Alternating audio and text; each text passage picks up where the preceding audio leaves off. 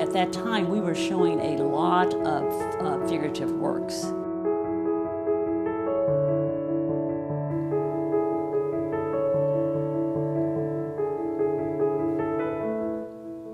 And I felt that her work was much more honest than a lot of artists that were working at that time in figurative, because there was nothing about her work that was pretty.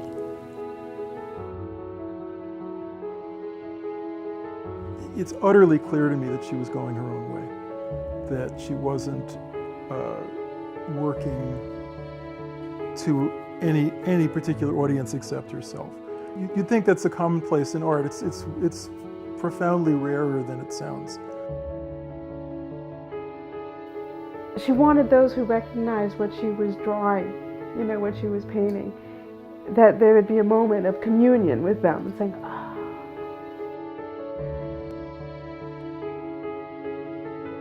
My mother was born in 1939, in Santa Monica. Her dad worked in the airline industry, and they moved around a lot, so her childhood was in a lot of different cities and states. Jan grew up with a lot of challenges. The first being her polio. I think she was struck down with that at about 18 months. She got a stutter, I think.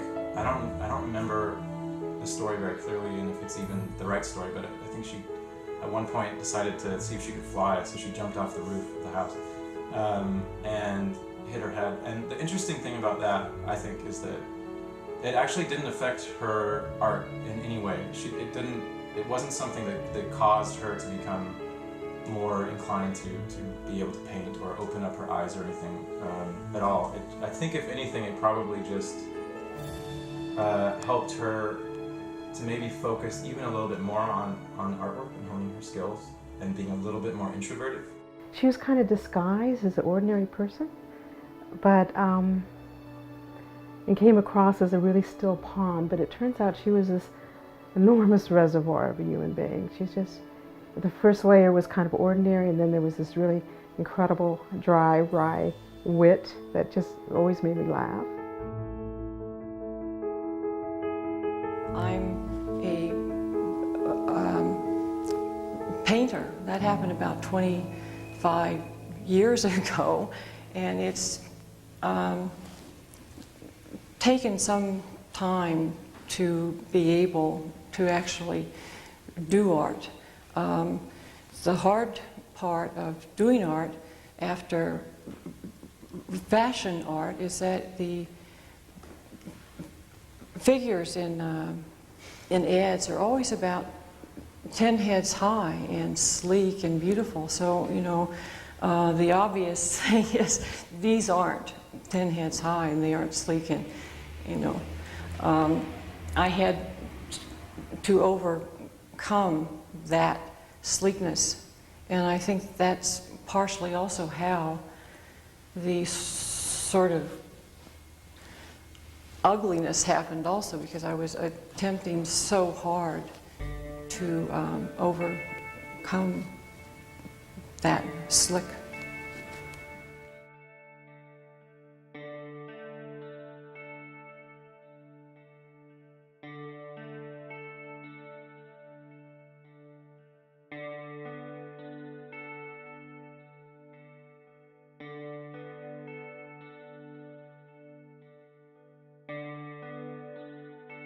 And I read an interview with Sam Shepard where he said, good art should change the chemistry of the observer, that the audience should actually have their chemistry changed, almost at the molecule level, if it's a really good work of art. And I probably asked Jan what she thought about that and what she thought it meant. And she said, I agree, really good art.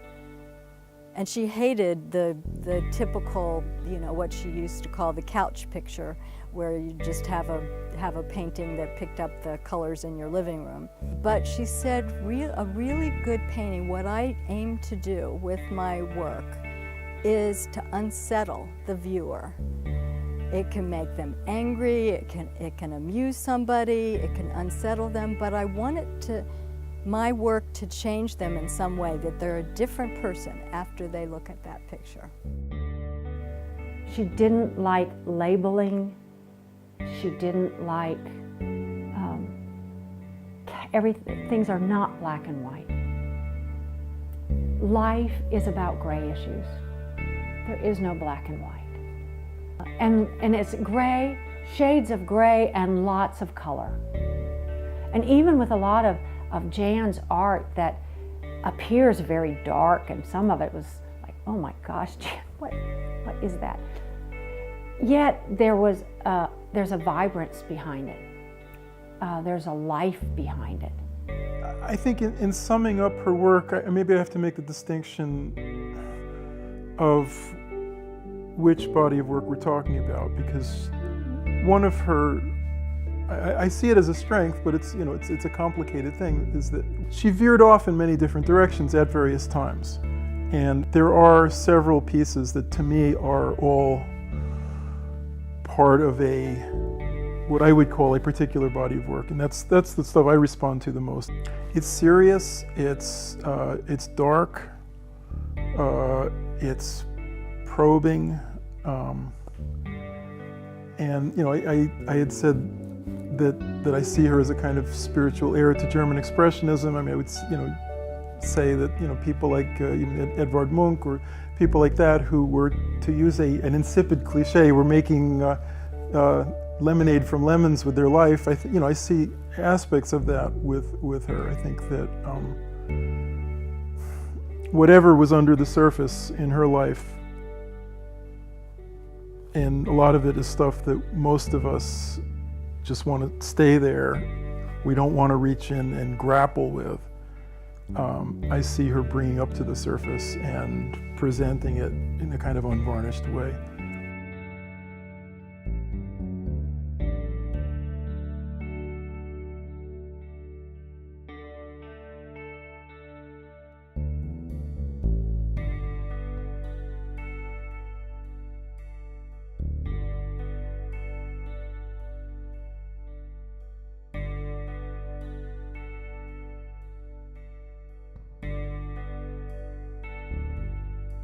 In the middle of the night, I got a phone call from David, and he was bawling. And he told me that his parents had been in an accident, and that his mother was dead, and that his father was barely alive. In the summer of '97, they went to Greece and Italy. They went sailing actually on a not a very big sailboat with some other couples in Greece for about a week, and then they were going to spend a week in the north of Italy, in like the Piemonte region, and try good wines and stay at bed and breakfast and such. And they did the Greece trip, and they had a wonderful time. I got postcards after I got home, after they passed away. And they then went on to Italy, and then one morning they had their breakfast and got out in the car, and they were going to go down to, I think, Portofino, which is along the coast, a little coastal, beautiful town. And we were in Kansas City at the time visiting my stepdaughter, his daughter, and her husband. And my stepdaughter brought the phone in and said that it was Joanne, Phil's sister, who lives in California. Why would Joanne call us at Mary Beth's house? We don't know exactly what happened or why it happened, but basically they pulled out into an intersection, and there was a really big truck, like a construction grade truck with a very high bumper and big wheels and everything, that was driving not terribly too fast. It wasn't way over the speed limit, and it just hit broadside of the car on the driver's side. So my mom was sitting in the back passenger seat. My dad was in the front passenger seat with the map, and I think he had the map in his hands. And Rosemary was driving. It was her car, which was actually a good Saab, but the truck that struck the car, its bumper was so high that basically the side impact resistance built into the door just was not really relevant. and my mother and Rosemary were killed instantly, and brutally. And she told us what happened. And my first thought was, and I screamed it out, "Why, Jan? I'd rather it be me." At the time, I valued what she had to offer society and the world so much that I just saw it as just a horrible loss. Not just a personal loss. It was, to me, this was a loss to everybody, even to people who didn't know her. They didn't know her. They lost something in her passing, her death.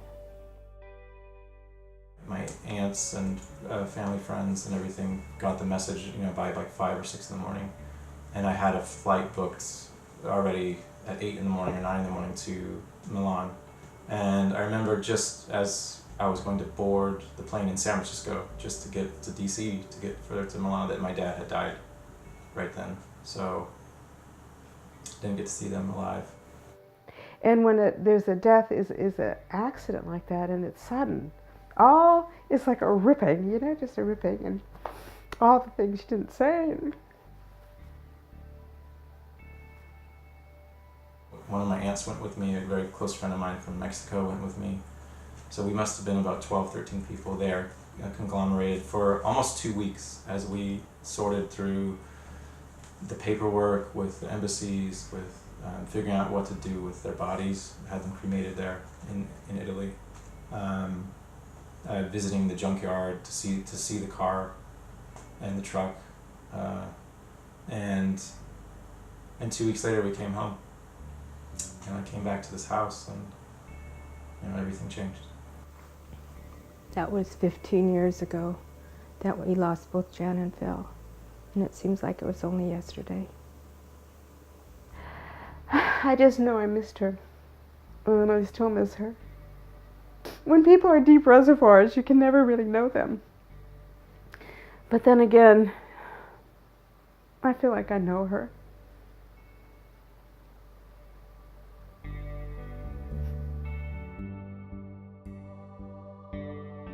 It's interesting to talk about who my mother was, because for me, she was absolutely primarily my mom. My experiences with her, my vision of her, the way I saw her was really 100% as my caregiver and my loving mother who knew me and I knew her and was my family. So for me, from the inside and the outside, her primary role was that of being a mom. And second to that, for me, was her work, her being an artist. And I never had a really deep involvement actually in her artwork until after she died, when I dove into it myself. She was an amazing mother. She was so loving and wise and supportive and lovely, and I was very proud of her. I miss her a lot. It's an interesting question, trying to figure out what, posthumously again, what was she up to? And I feel like it should be very hard, and it's not. I see her work as being very much tied up with who she was internally. And again, I didn't know her, but I do. It's that funny thing. I think that she had the courage to reach into herself, to do these things that were, even without knowing exactly what her personal iconography is, because there clearly is one, and it's a very idiosyncratic one.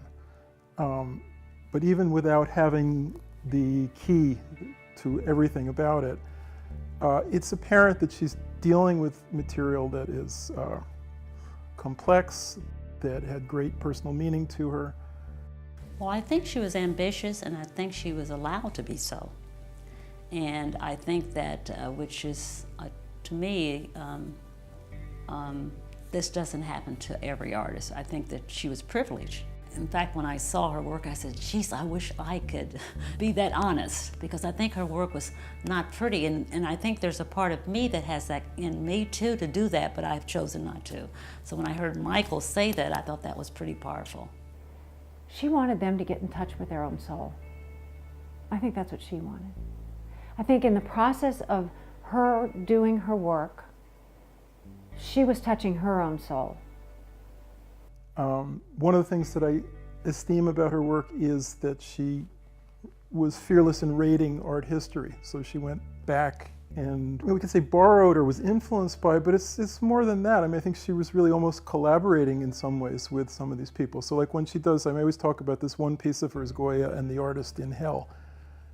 I mean, what a bizarre image to conjure up. And there she is, and there's nothing idealized about her. She's just this sort of shriveled soul who's sitting next to Goya, who's like drawing. And what are they doing? We don't know, but she's making direct reference to this other kindred spirit, Goya, who also was, you know, had the courage to be aggressively weird when he needed to be. And I think that, and I believe this, that whenever you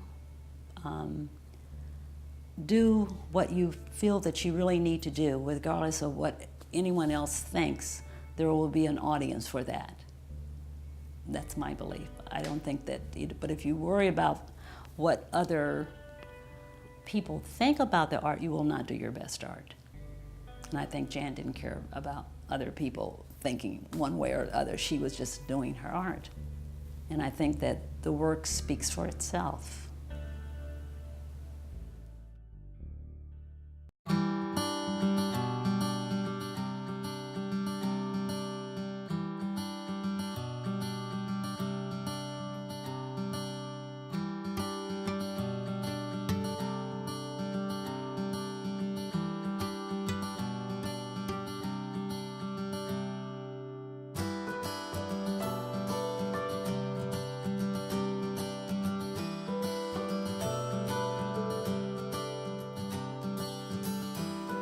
I think what is keeping this from being a tragedy that just ended in the 90s, is the dedication of her son, and Phil's son, David.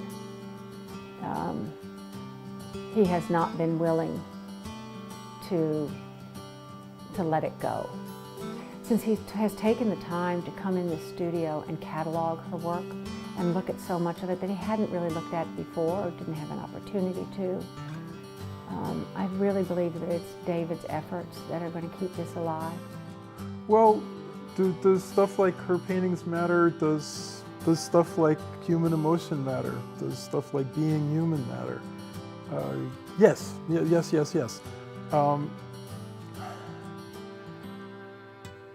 I think that she has been fortunate in having a son who's got this dedication to her, and I think it's, you know, without that, you know, there would be a few people who would have some work, and there'd be stuff in a warehouse or in a garage or whatever, and eventually there wouldn't be anything.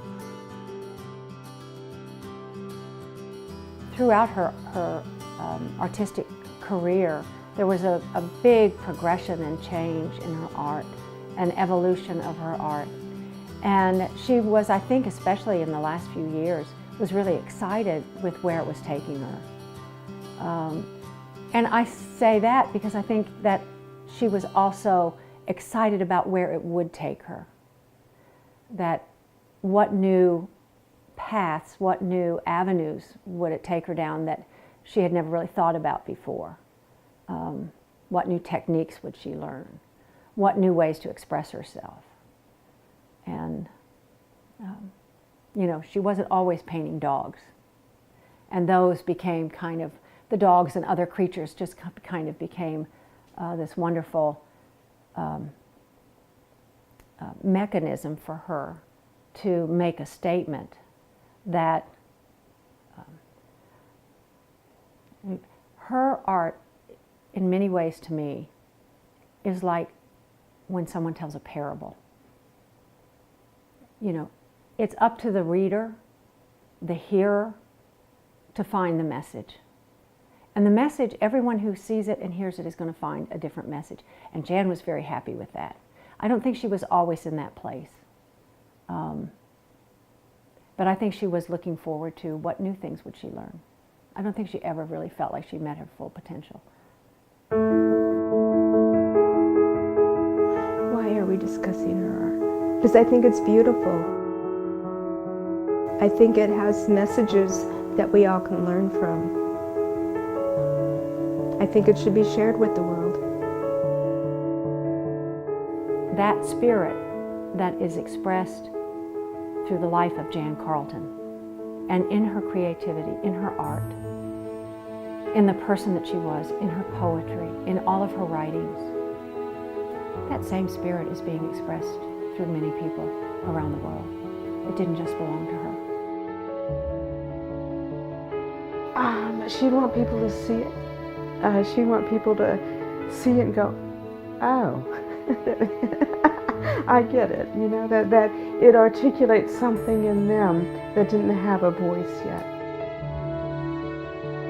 It's a good question. But maybe you don't really understand someone until they're gone. I think Jan would want her work out there now. I really believe that. And so I think that, for me, I believe that Jan is really pretty much in charge of getting that out there. I really believe that. And I think that David is the vehicle for that. It might be good if we could find the right quote, because she did write about her art, and I think a project that Martha talked about. And maybe to let Jan have the last word.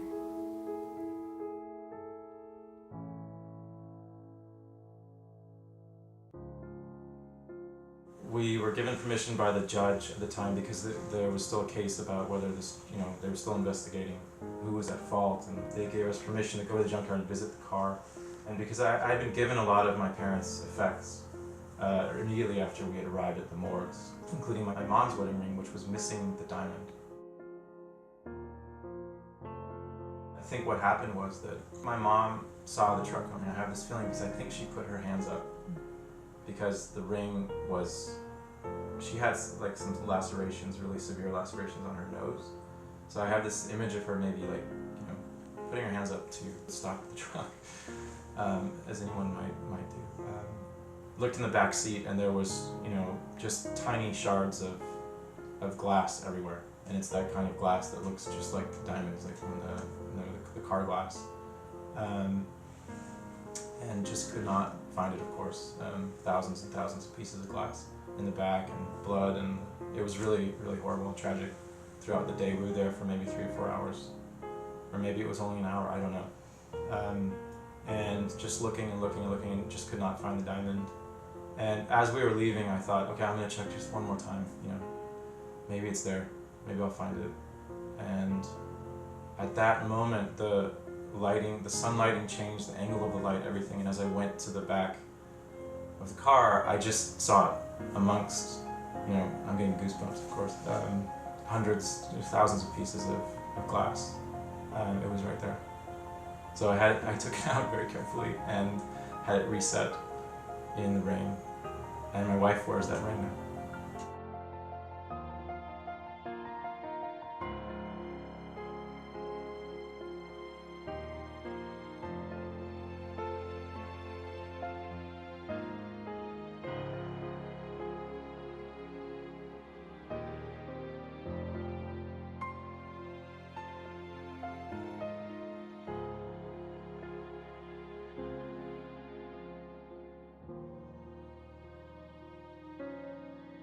Well, the title of it is The Secret Garden, or In the Night Garden. And it's all the secrets that people have, the hidden parts of each of us that we hide because they aren't nice, or they aren't pleasant, or they make us uneasy. And I'm also using the animal as an image because I think that people are of the animal kingdom, and we have to deal with being part of the animal kingdom. And I found out that doing people as people, it was sometimes harder to see the subject